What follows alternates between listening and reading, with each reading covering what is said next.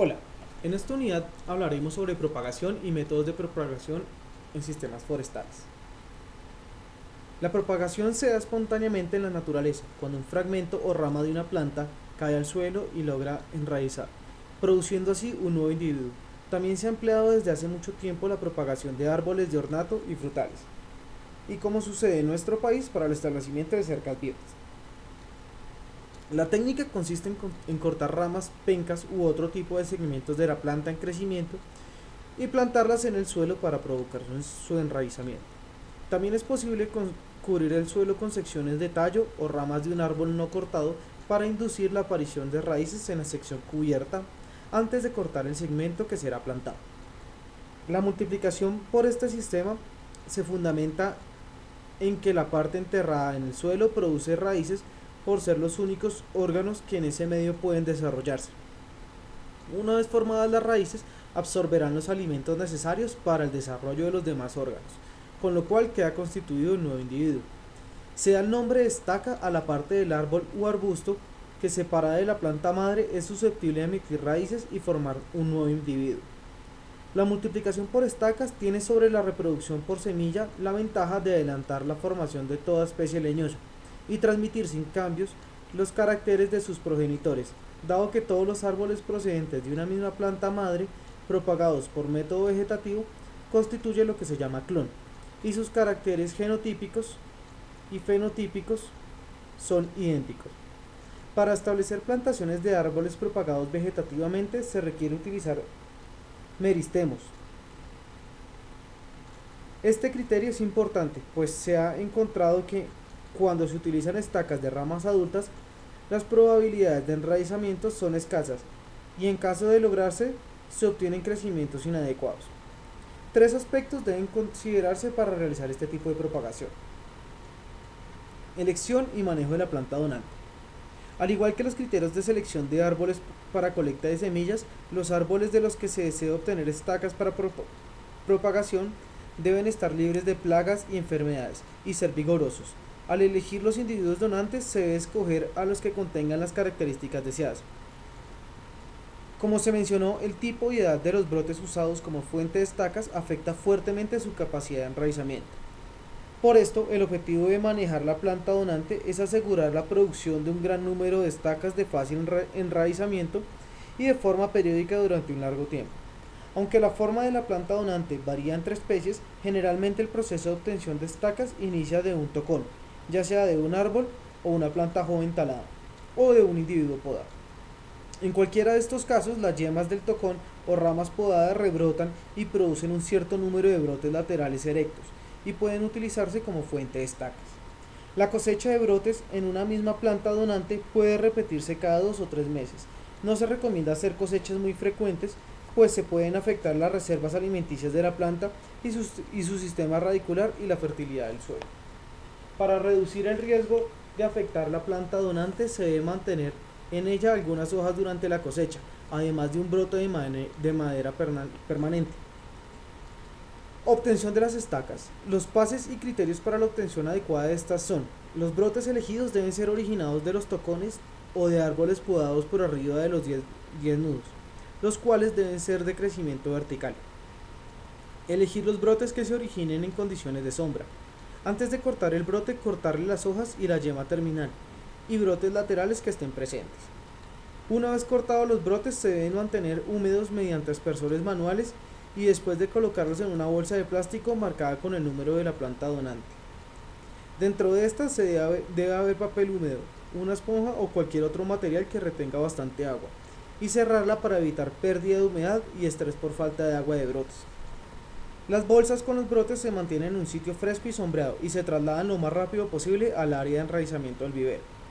El área de enraizamiento debe ser fresca y sombreada. Las temperaturas óptimas se encuentran entre los 20 y 25 grados, aunque 30 grados son aceptables con una humedad relativa alta.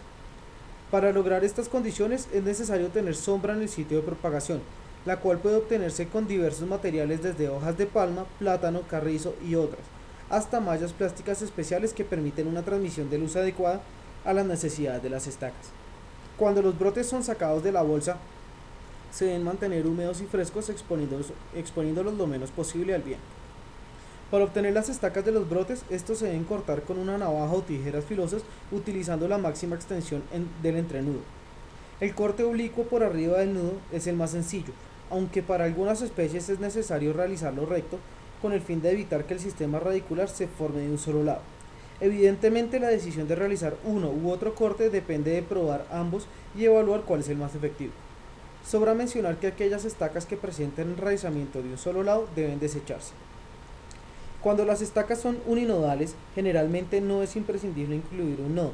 Sin embargo, para algunas especies la estaca acompañada del nodo mejora considerablemente la capacidad de enraizar. Este aspecto también tiene que ser probado y evaluado para elegir la técnica de mejores resultados. En especies con entrenudos cortos y hojas pequeñas es mejor obtener estacas con varios entrenudos, lo que asegura un enraizamiento bueno y rápido. La longitud óptima de las estacas es usualmente entre 10 y 3 centímetros. Aplicación de auxinas a las estacas. Como ya mencionamos, no todas las plantas tienen la capacidad de enraizar espontáneamente, por lo que a veces es necesario aplicar sustancias hormonales que provoquen la formación de raíces. Las auxinas son hormonas reguladoras del crecimiento vegetal. En dosis muy pequeñas regulan el proceso fisiológico de las plantas. Las hay de origen natural, como el ácido inacético, y sintéticas como el ácido hidrobutírico y el ácido naftacetánico.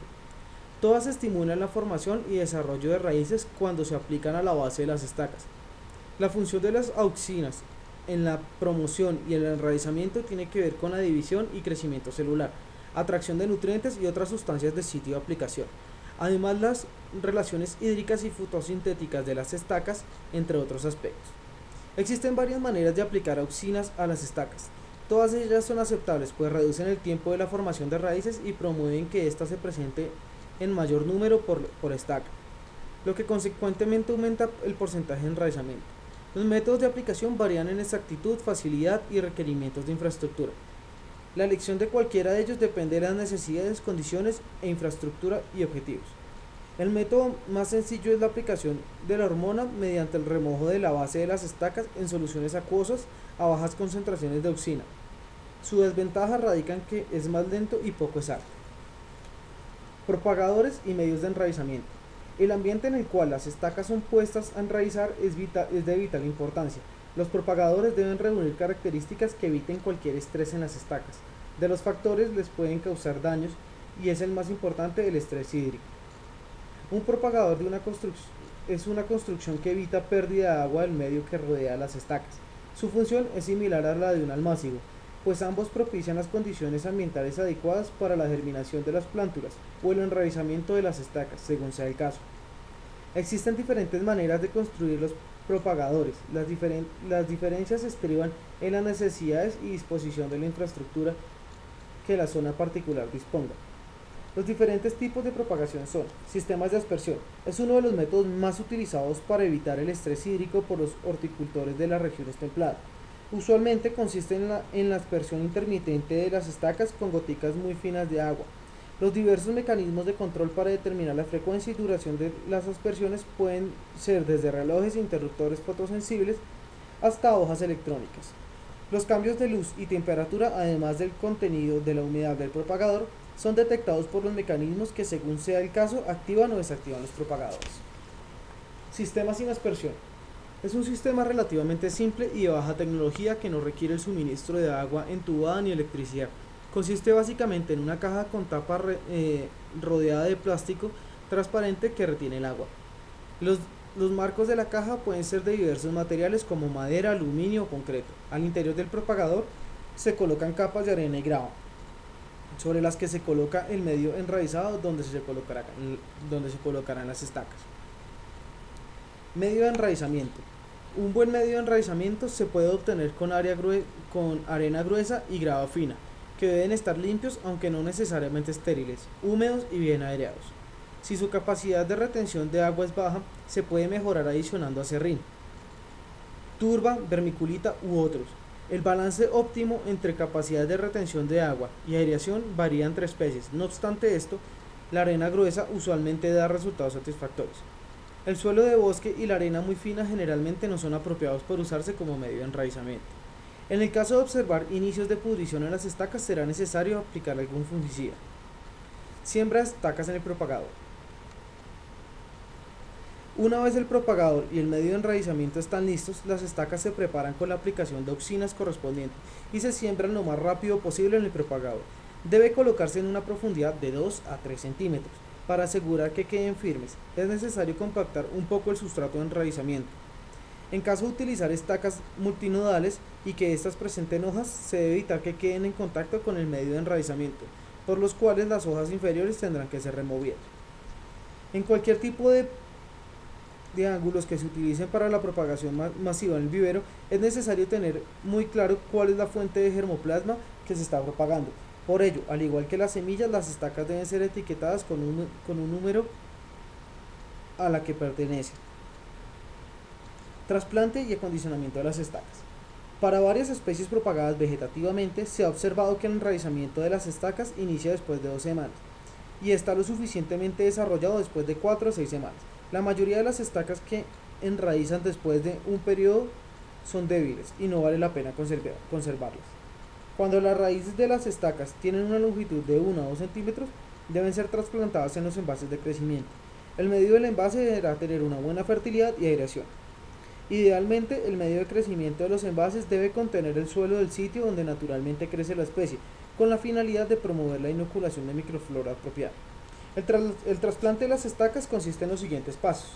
Sacar la estaca del medio de enraizamiento con cuidado de no dañar las raíces, ya que son muy delicadas. Antes de plantar las estacas en los envases se debe cuidar que el sistema radical tenga 3 raíces como mínimo y que su distribución sea radial. Cuando las estacas presenten 1 o 2 raíces, el sistema radical se forme de un lado, se deben cosechar. Las estacas elegidas se deben trasplantar inmediatamente, después de ser removidas del medio de enraizamiento. Para realizar el trasplante adecuadamente, los envases deben de estar llenos y con el medio de crecimiento, aproximadamente a la mitad de su capacidad. Las estacas se colocan en el envase y se termina de llenar. Esto favorece que no queden espacios de aire en la base de la estaca y que las raíces no se dañen, pues se asegurará que éstas queden bien distribuidas en el envase.